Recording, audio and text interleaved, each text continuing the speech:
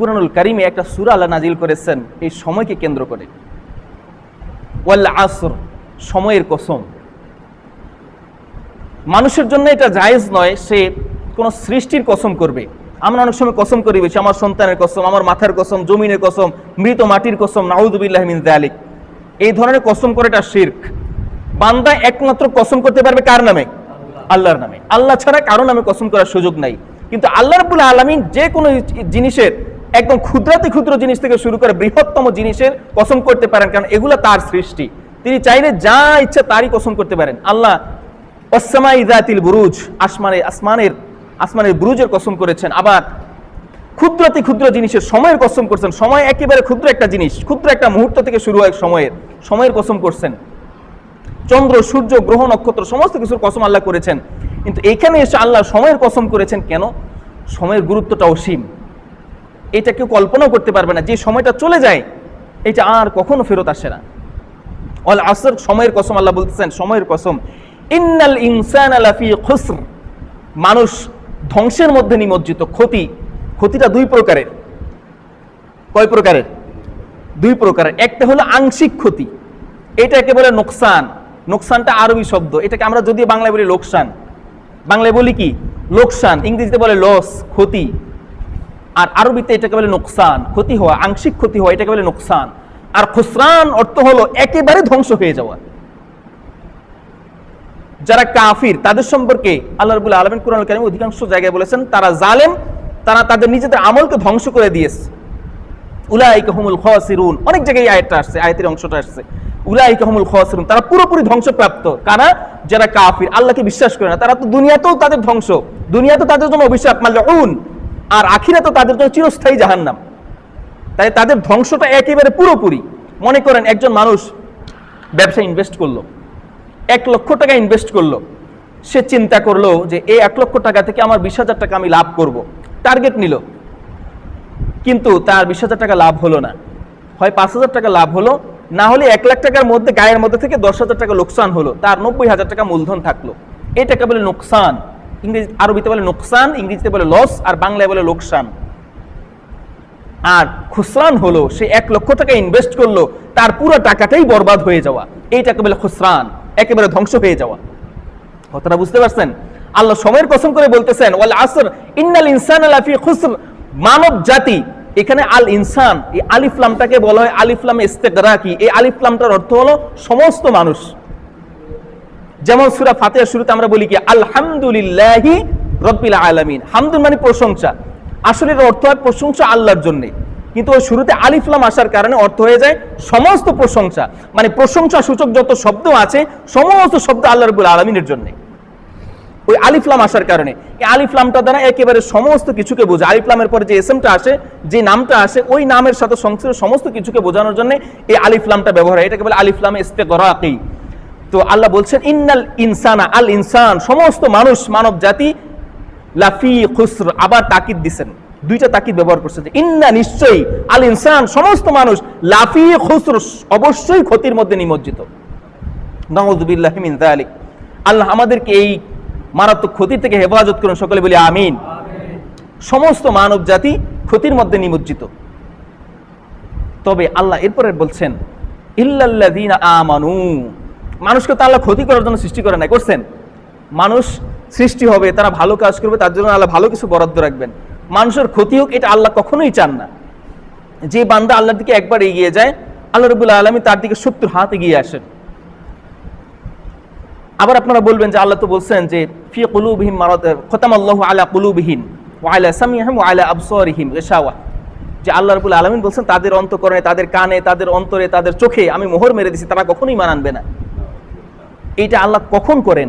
যখন মানুষের কাছে প্রথম দাওয়াত যাওয়ার পরে সে এটাকে ঘৃণা ভরে প্রত্যাখ্যান করে কোনো কাফের, তখন আল্লাহ তাকে এটা থেকে ধ্বংস করে দেন। আর কিছু কাফের আছে যাদের কাছে দাওয়াত যাওয়ার পরে তারা এটা নিয়ে নেগেটিভ বা খারাপ কিছু বলে না, তারা মন্তব্য করে না, তারা এটা থেকে বিরত থাকে, এটা নিয়ে চিন্তা গবেষণা করে। এদের জন্য আল্লাহ হেদায়েতের পথকে খোলা রাখেন। বুঝতে পারছেন কথা? এক শ্রেণী যারা আছে যাদের কাছে দাওয়াত যাওয়ার পরে এরা প্রথমেই এটাকে অস্বীকার করে, ঘৃণা করে প্রত্যাখ্যান করে, রাসূলকে, নবীকে, উলামায়ে কেরামকে অপমান অপদস্থ করে, এদের জন্য আল্লাহ খতামাল্লাহু আলা কুলুবিহিম, তাদের অন্তরে একেবারে মোহর মেরে দিয়েছেন, এরা কোনোদিন ঈমান আনতে পারবে না।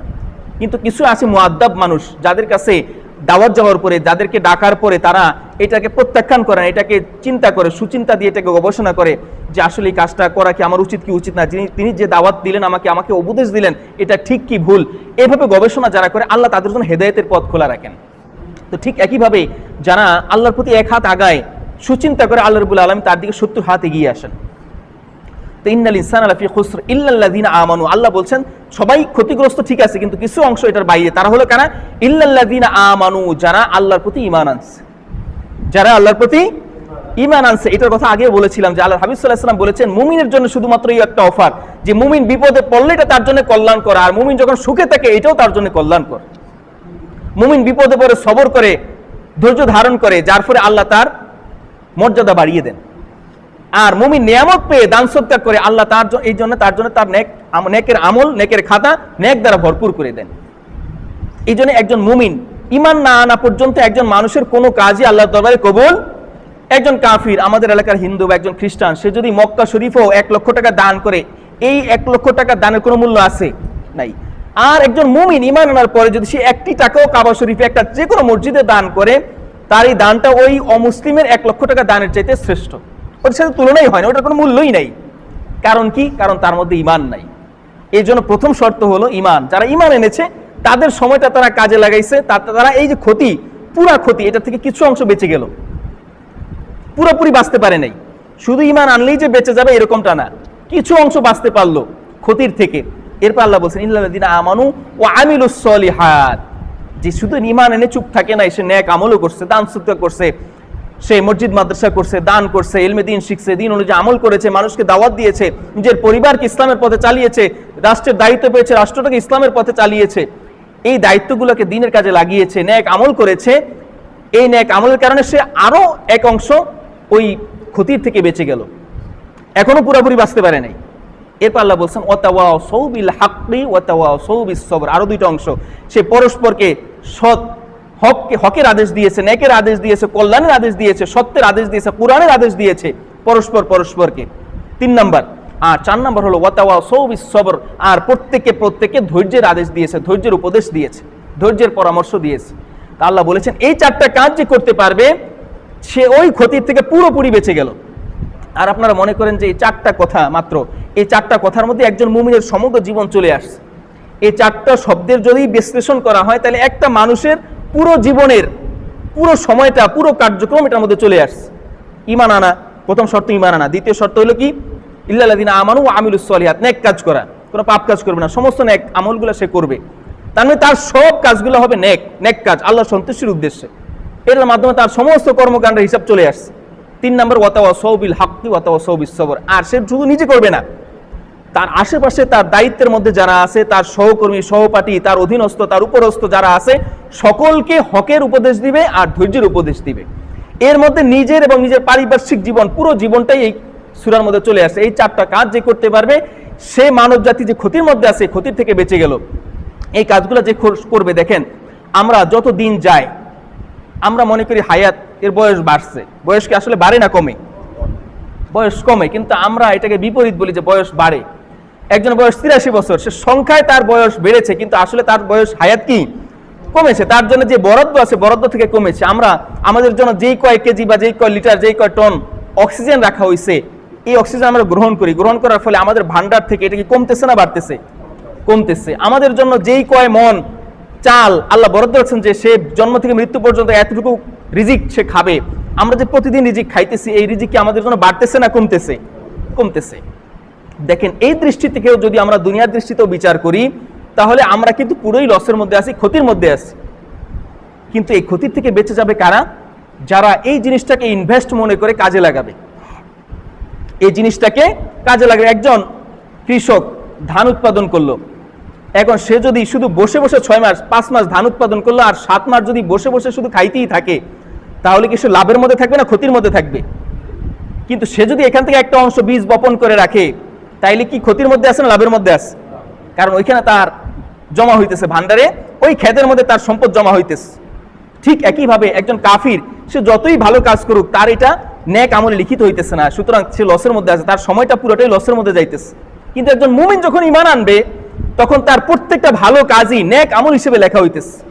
যার ফলে সে আর লসের মধ্যে নাই। সুবহানাল্লাহি ওয়া বিহামদিহি। তো আসেন আমরা আমাদের জীবনের প্রত্যেকটা মুহূর্ত আল্লাহ সন্তুষ্টির জন্য কুরবানি করি।